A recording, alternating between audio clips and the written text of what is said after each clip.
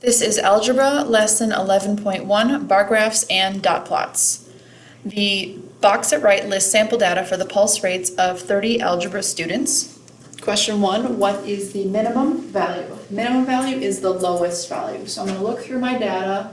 I see some 60s, some 70s, some 80s. Here's a number in the 50s. I'm wondering if that's my lowest value. I don't see anything lower than that. So my minimum value or lowest value is 56. Second question, what is the maximum value? Maximum is defined as highest value. So I saw a number in the 90s here, and I'm just double checking. I don't see anything else in the 90s, so I'm going to say my maximum or highest value is 92. Question 3, what is the range of the data set? Oh, sorry, the range of the data set is the difference between the max and the min values. What is the range of your data set? So max minus min is how we're going to calculate the range. Since I have those values already, that's 92 minus 56. And we'll go 92 minus 56. That gives me 36.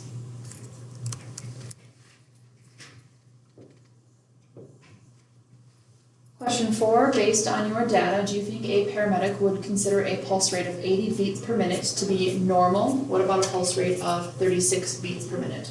So 80 seems pretty much in line with our data. We have lots of numbers in the 60s, 70s, 80s, that's pretty normal. Our lowest value though was 56. So, and that was actually our only value in the 50s, right? Everything else was 60, 70, 80, so a pulse of 36 would probably be pretty low. A paramedic would probably be worried about a pulse that low. Question 5, label the number interval below with the minimum value near the left end. Select a scale and label equal intervals until you reach the maximum. Put a dot above the number line for each data value. If a data value occurs more than once, stack the dots. So my lowest value was 56. I'm going to go with 55. I'm going a little bit lower than my lowest value, and hopefully I'm going to end up a little bit higher than my highest value.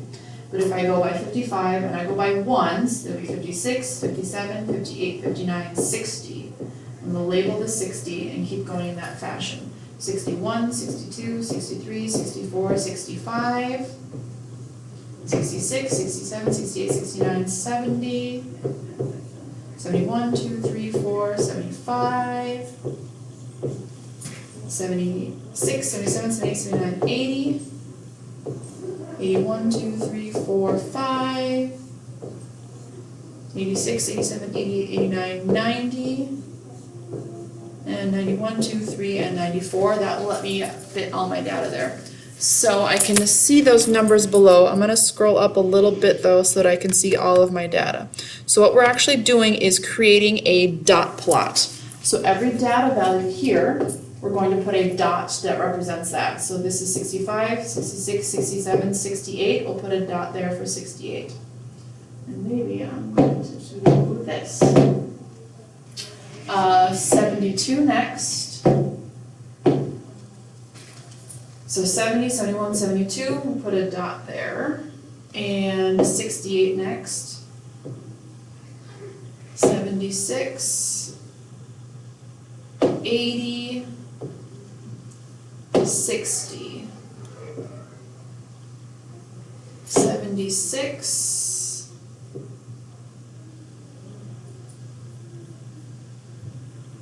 nope.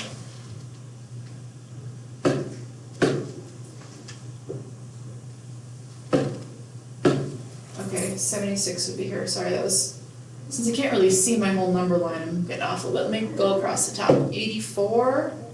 This is 85, so 84 would be here, 80 would be here, and 76 would be here. So notice when I have repeat values, I'm stacking those to show multiples in that number.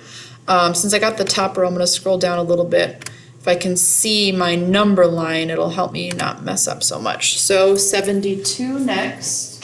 72 would go here. Oh, I already had 72. Maybe it won't help me. Okay, 60, 68, 68, 65, 67, 68, so 1, 2, 3, 4, and then another 80, another 80, 64,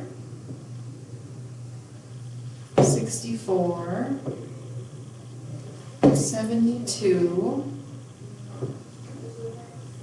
72, 68,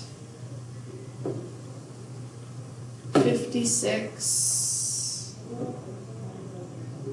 88. So I'm gonna cross these off just so I'm 76,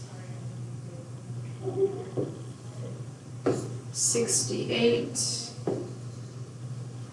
56, 64, 72, 84, 72, and 92. So that is my completed dot plot. We can recognize that we have 68 here to be our tallest stack, so we got the most 68s, but 72 was pretty close. But that's it for our number line. That's it for our examples. Good luck on your exercises, and let me know if you have any questions.